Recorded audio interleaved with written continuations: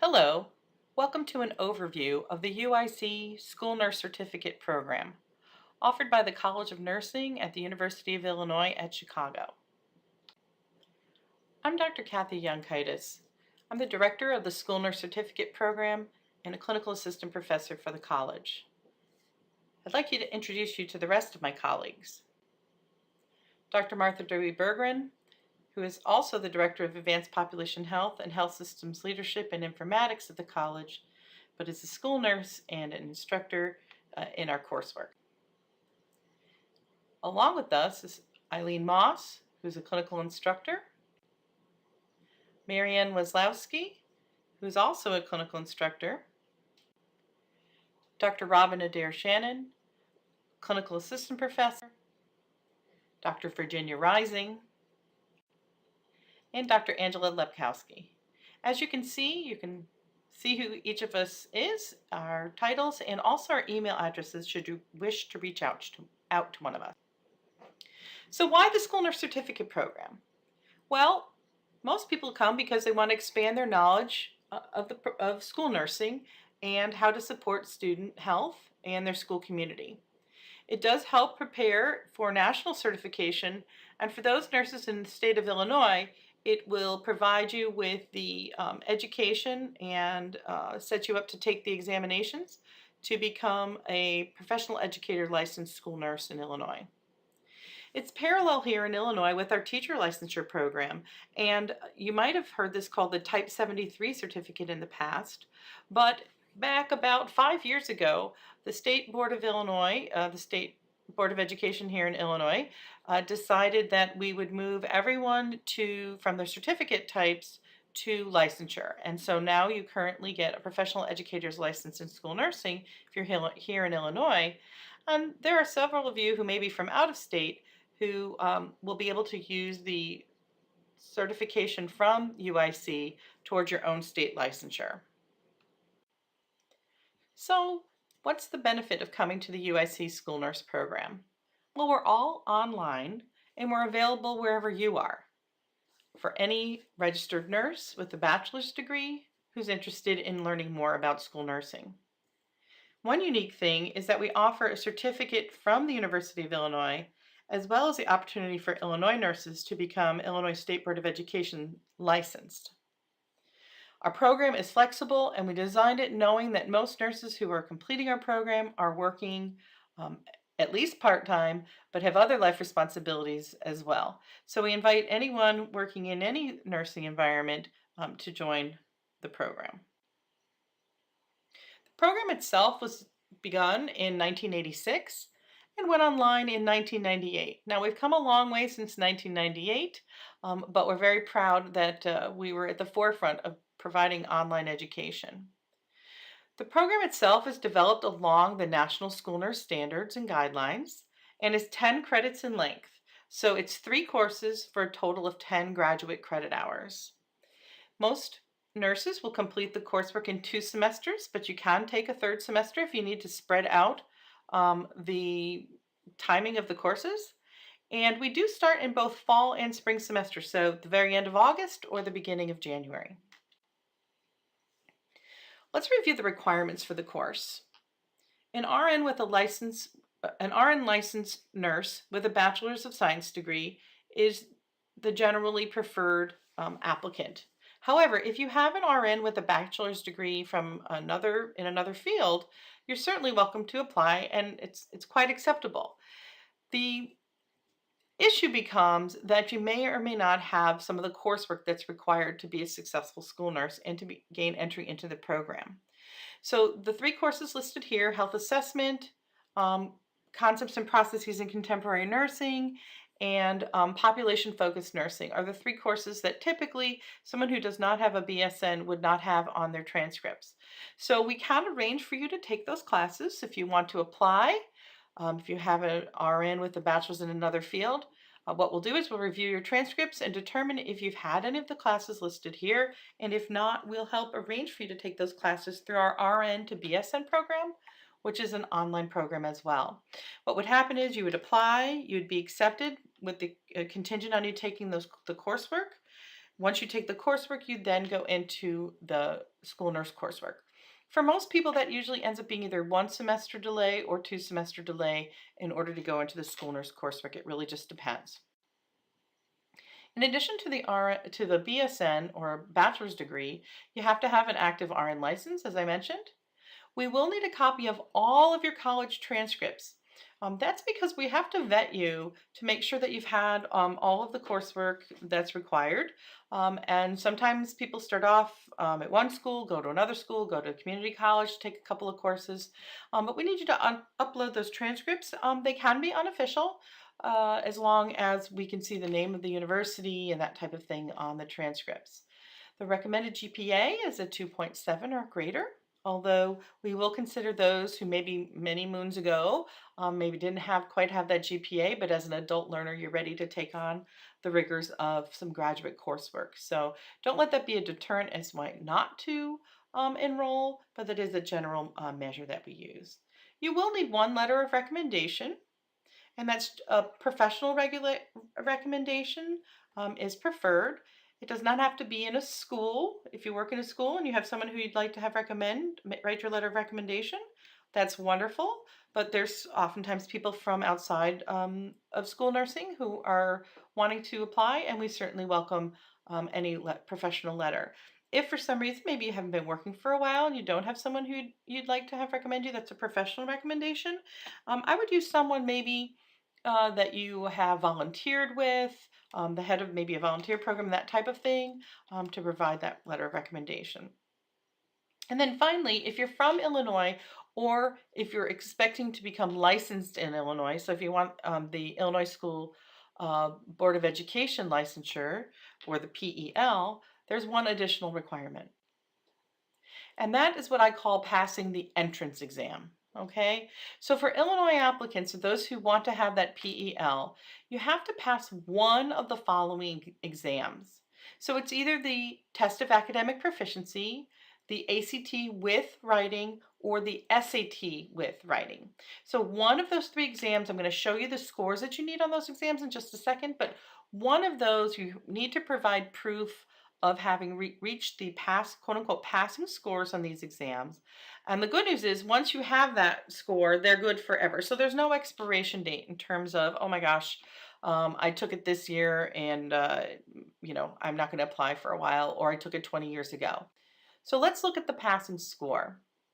So the passing scores on the entrance exams for Illinois applicants, or those seeking the Illinois PEL, are as follows. I'm not going to go through them in detail, but you can see depending on what year you took the exam will determine what score you need on either the ACT or the SAT. The TAP, the Test of Academic Proficiency, which is your third option, has a flat rate score of 240 points for each of the 4 subsections. So you would have to achieve that score, that 240 in each subsection, in order to pass that exam.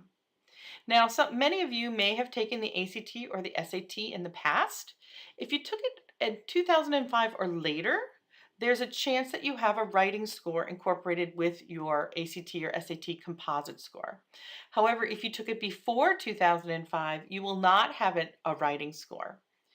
So you can achieve a writing score separate from the exam, at least for the ACT you can. So you can go back and you can take just the ACT writing portion. So what that means is you would sign up for the entire exam, the ACT with writing, because there's no writing only option. And then you would sit through the exam and wait. And then once the writing portion came up, you would complete the writing score. Now for the SAT, it's not quite as simple. You would have to go back and sit for the exam.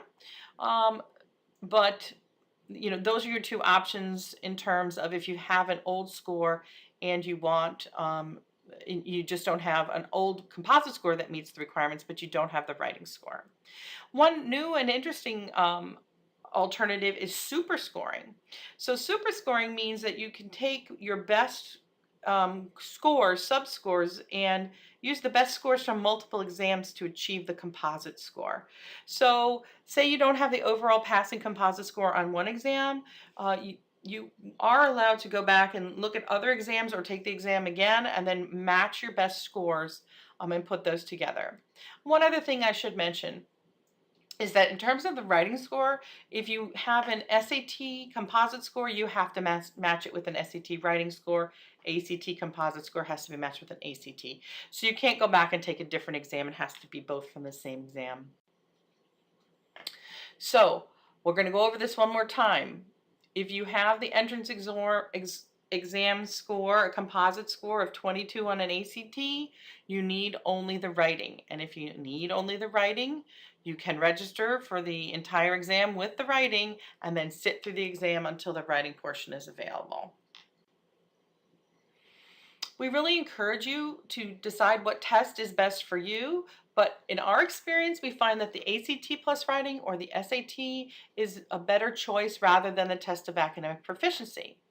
The test of academic proficiency only has a 25% pass rate for first-time takers. It is a little bit more costly than the ACT plus writing or the SAT with writing. Now, so a couple other things to think about. I've talked about if you only need the writing score, then that kind of seems obvious to me that you would just go back and take the writing for the ACT. If you do need to retest, like I said, the option is up to you, and there are many materials out there on the internet. But recently, Khan Academy, Khan Academy, is offering online free tutorials to prepare for the SAT.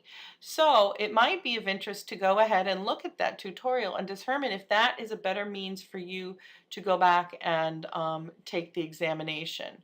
Now again, you have to keep things in mind like super scoring your exams. So maybe if you're just missing by a point, it might be worth going back and taking the same exam, or you might want to try out the SAT.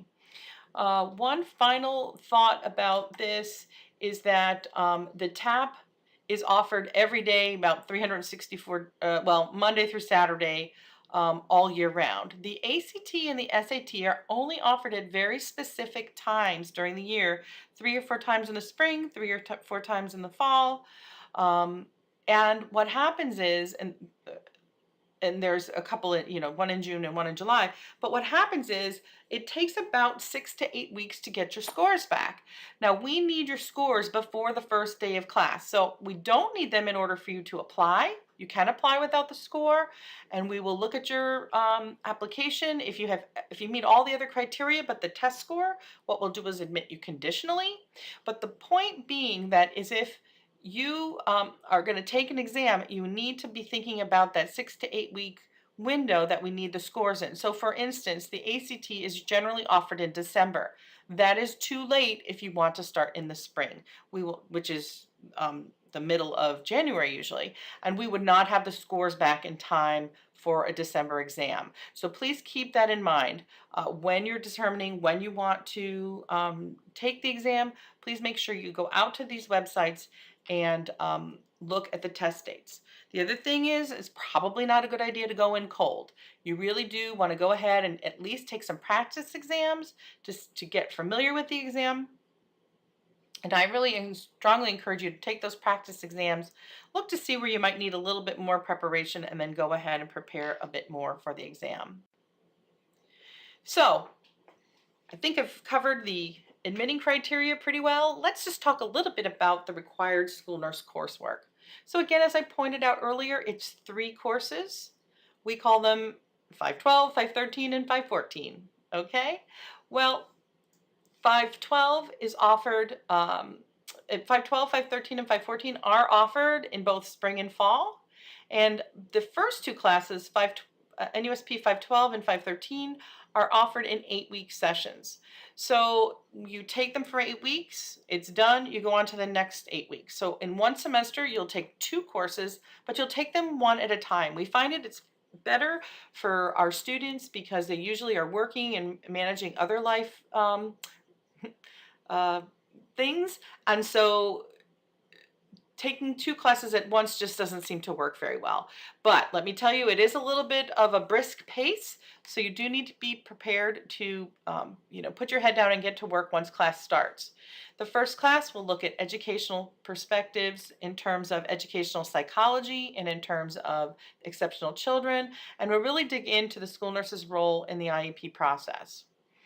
In 513, we'll really talk about the schools, all the other things that are related to school nursing, including things like the laws, looking at the various competencies that you need to have to work as a school nurse and support student health. And then finally, the next semester, after you complete 512 and 513, you'd go ahead and take the school nursing internship. This is a 3-credit, 300-hour internship, and I'm going to talk about it a little bit more in a second, but you can do it over 1 or 2 semesters. So if you're working in a school, generally people complete in 1 semester. If you are not working in a school, people oftentimes will spread the internship, those 300 hours, over 2 semesters. And of course, you do have the prerequisites of 512 and 513 before you can go into the internship. You would also take between the classes, between 513 and 514, if you're going to become a PEL nurse, a professional educator licensed nurse in Illinois, a school nurse content exam. I'm not going to go into that in any detail because we'll talk about that once you join the program. But what you need to know is the classes are both offered in spring and fall, and we look forward to having you complete the coursework in either 2 or 3 semesters. The school nurse internship has a 300-hour requirement in a school setting. You can complete up to 260 of the hours at your current job, and while you're doing so, you'll be assigned a preceptor or a mentor preceptor depending on your situation. If you're not working in a school, then you would have a side-by-side traditional preceptor-preceptee relationship where you would go and work with your preceptor in the office, school nurse office, where she works. If you're working yourself in a school health office, then 260 hours will be done during your current job, and your preceptor may be someone within your school district, maybe within your school, or in a local school district. We generally encourage you to seek out a preceptor, a mentor who you would like to work with, but if you don't know anyone or there is no one in your area, then we'll help arrange for one. It says here you'll be placed within 30 miles of your home. I've never had anyone have to, in the 10 years I've been doing that, had anyone who had to drive that far, but that's sort of our general requirement. And the internship itself is guided by the school nurse standards. Now you're saying, okay, Kath, you said it was 260 hours at our current job. What about those last 40 hours? Well, those other 40 hours are what we call outside hours, and your internship is self-led in terms of you determine what experiences you need based on the school nurse competencies and standards. And so those other 40 hours are things that you don't normally do in your job setting. So for instance, if you work in an elementary school, we're going to want you to go shadow in a high school and maybe even a preschool. We want you to attend conferences or webinars that will help advance your knowledge in areas where you feel you have a deficit. And so all sorts of things like that. Attend a school board meeting. I even had someone once who rode with their local ambulance in a rural area to find out exactly how long it was going to take to respond and what kind of equipment that they had on their what kind of equipment they had on their ambulances. So that's a little bit of an overview of the internship. Oh, one other thing I wanted to mention is here in red, is that all of our students are required to meet certain compliance requirements that are the same across the entire College of Nursing. And that includes you're going to be run through a background check, a urine drug screen, and have to provide proof of immunizations, such as hepatitis and those types of things. So that's an overview of the coursework and of the application requirements. So I hope you're ready to apply. So if you are, the things you need to be thinking about are remembering to schedule either the TAP, the ACT, or the SAT. And like I always say, test early. Even if you're thinking about doing this in a couple years, get this requirement out of the way. Get your scores out of archives. Each of the sites have information about how to get test scores from the archives. And get the test taken care of. You're going to need those copies of your transcripts from high school, and you are going to need that professional recommendation. So be thinking about those things and getting those together. The recommendation, you'll actually send a link to the recommender and email it to them, and then they will email back your letter of recommendation right into your application. And we have our application link here. You can also find it if you just Google the UIC School Nurse Certificate Program. You'll come right to our webpage and you can find that.